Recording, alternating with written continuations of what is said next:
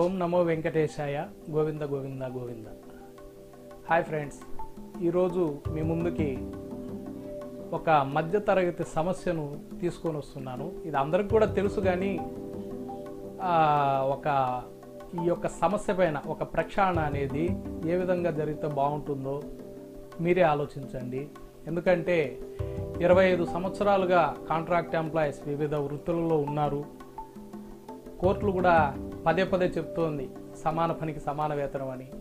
అలా ఎందుకు చెప్తోందంటే పిఆర్సీలు ఎన్నో పెరిగాయి అనుకుంటాయి 25 ఇయర్స్లో.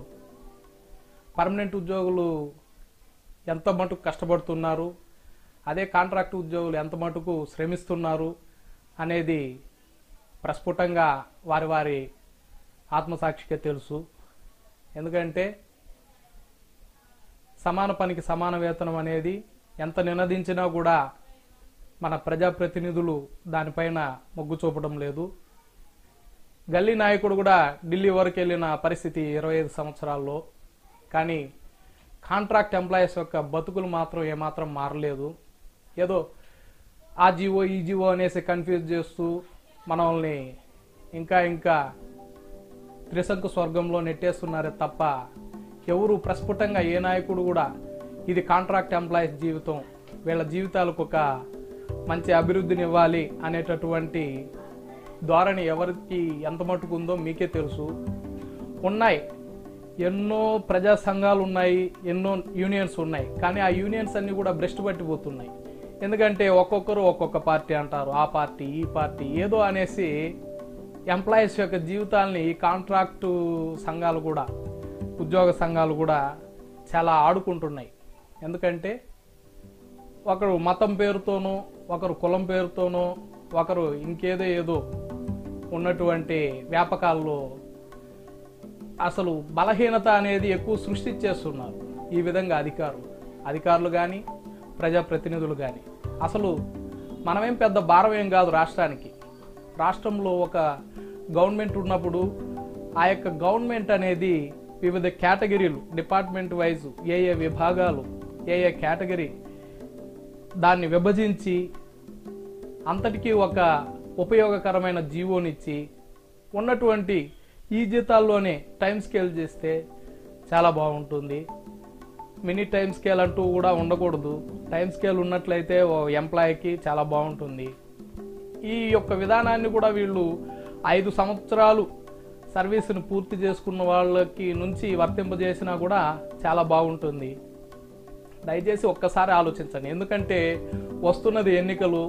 పెద్దగా ఉద్యమాలు పెట్టి ఊదరగొట్టి ఏదేదో చేసేవాలి మనం అనేసి ముందుకు రావాలి అనుకున్నా కూడా కష్టం. ఎందుకంటే మన యొక్క ఆర్థిక పరిస్థితులు అంతంత మాత్రం కాబట్టి. కనుక ఒక్కసారి ఆలోచించండి. కుల మత వర్ణ భేదాలకు అతీతంగా ఒక్కసారి వస్తుంది ఎలక్షన్. ఎవరి మీద వాళ్ళు దుమ్మెత్తి పోసుకుంటున్నారు, కానీ ఒకరి మీద ఒకరు పార్టీలు వాళ్ళు మన కోసం న్యాయం చేస్తామని చెప్పడం అనేది, ఇప్పుడు ఎలక్షన్ టైంలో చెప్పడం అనేది, ఊరించడం అనేది, ఇంకా భ్రమపరచడం అనేది చేయొచ్చేమో. కానీ 25 సంవత్సరాల్లో ఏ పార్టీలు మనకు చేసినాయో ఒక్కసారి ఆలోచించండి. ఓటు అనేది చాలా పవిత్రమైనది మన భారతదేశంలో. భారతదేశం అనేది ఒక ఉన్నతమైనటువంటి చరిత్ర కలిగింది. అందులో ప్రజలు కూడా ఎంతో పుణ్యం చేసుకుంటే కానీ భారతావనంలో పుట్టలేరు. కాబట్టి ఒక్కసారి ఆలోచించండి. నాయకులు ప్రజాప్రతినిధులకు కూడా మా యొక్క విన్నపం ఒకటే, దయచేసి మా గురించి ఆలోచించండి. అధికారులు కూడా ఉన్నది వీళ్ళ బతుకులు ఎట్టే ఉండాలి. వాళ్ళేమో లగ్జరీ లైఫ్లో హాయిగా ఎంత మటుకు పనిచేస్తున్నారో వాళ్ళ యొక్క విజ్ఞతకే వదిలేవాలి. అలాగే ఒక ఎంప్లాయీ బాగోగుల్ని గుర్తించి ఇన్ని సంవత్సరాలు వీళ్ళు చేస్తున్నారు, మా డిపార్ట్మెంట్ వైజ్ ఇంత ఉంది, ఇంత ఈ యొక్క వ్యాకెన్సీస్ ఉన్నాయి, ఇవి కావాలి మాకు, ఇన్నేళ్లుగా మా దగ్గర ఇంతమంది పనిచేస్తున్నారు, మా వాళ్ళకి ఏదో న్యాయం చేయండి అని చెప్పగలిగేటటువంటి స్తోమత ఉన్న అధికారికి చెప్పలేకపోతున్నారు. ఎందుకంటే వీళ్ళు ఇలాగే మగ్గాలి, మేము అలా పైకి వెళ్ళి ఉన్నతమైన స్థితిలో ఉండాలి అనే ఉద్దేశము, స్వార్థభావం అనేది ఎక్కువైపోయింది. కాబట్టి ఒక్కసారి ఆలోచించండి. ఇది మానవ హక్కుల ఉల్లంఘన కూడా అవుతుంది. ఎందుకంటే ఒక మనిషి యొక్క స్వేచ్ఛా జీవితాన్ని ఈ కాంట్రాక్ట్ విధానం అనేది చాలా అణగదొక్కుతోంది. కొన్ని చోట్ల ఏమి బయట పడలేని పరిస్థితి, అధికారుల్ని ఎదిరిస్తే ఎక్కడ ఉద్యోగాలు తీసి ఇంటికి పొమ్మంటారు అన్నటువంటి దైన్య స్థితి.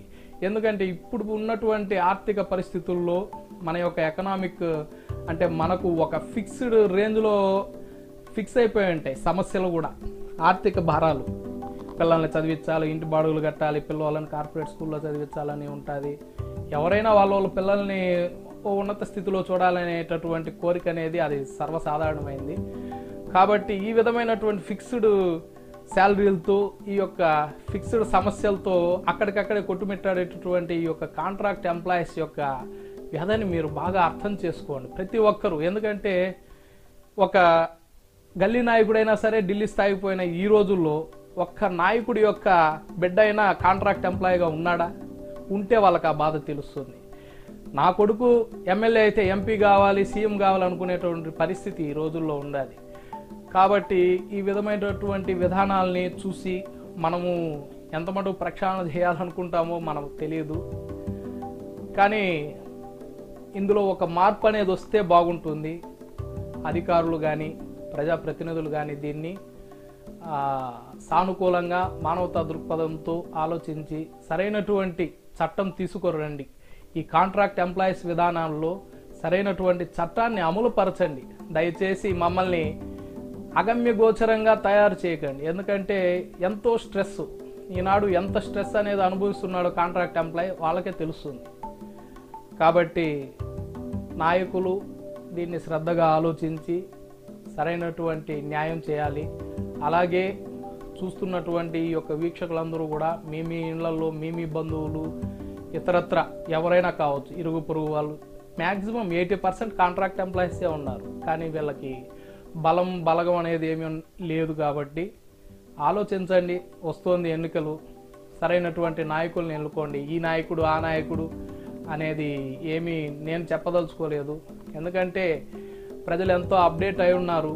ప్రతిదీ మనకు సెల్ ఫోన్లోనే చూసుకోగలిగే అంత కెపాసిటీ ఉంది. న్యూస్ అంతా కూడా ఎక్కడ ఎటువంటి అరాచకాలు జరుగుతున్నా అవన్నీ కూడా మనకు ప్రసార మాధ్యమాలు ఎక్కువ అవ్వడము, కమ్యూనికేషన్ ఎక్కువ అవడంతో మనం ఈజీగా తెలుసుకోగలుగుతాం ఎవడు మంచి చేస్తున్నా ఎవడు చెడ చేస్తున్నా అనేసి. ఒక్కసారి ఆలోచించండి. ఇంకా థర్డ్ పార్టీ విధానం అనేది ఎక్కడ చూసినా ఎవరు చూసినా బినామీ పేర్లతోనే ఉన్నారు. థర్డ్ పార్టీ విధానం అనే దాని వెనక రాజకీయాలే ఉన్నాయి. ఆ రాజకీయాల్లో ఎంత ఎవరెవరు చేతులు మారుతోందో ఈ కాంట్రాక్టుల్లో, కాంట్రాక్ట్స్ ఎన్నో విధానాలు ఉన్నప్పటికీ ఆ విధానాల్లో వాళ్ళు ఏం సాధిస్తున్నారు, ఏం సంపాదిస్తున్నారో వాళ్ళకి తెలుసు.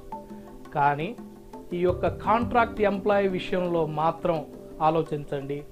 ఎందుకంటే ప్రతి కాంట్రాక్టర్ని నేను చూసిన వరకు ప్రతి కాంట్రాక్ట్ వెనుక ఏదో ఒక ప్రజా నాయకుడు ఇలా ఇన్వాల్వ్ అయిపోయి ఉంటారు. వాళ్ళ బినామీలు కావచ్చు, వాళ్ళ బంధువులు కావచ్చు, అధికార పార్టీలో ఉండే వాళ్ళ యొక్క పేర్లు వాడుకొని చెట్టు పేరు చెప్పి కాయలు అమ్ముకునే విధంగా తయారైపోయినారు. ఈరోజు అధికారులు కూడా ఉన్నారు. నాయకులే కాదు, గల్లీ నాయకులే కాదు, అధికారులు కూడా ఉన్నారు. ఇవన్నీ కూడా మీరు ఆలోచించి సరైనటువంటి నిర్ణయంతో రాబోయేటటువంటి ఎలక్షన్లో సరైన నిర్ణయం తీసుకోండి. ధన్యవాదాలు.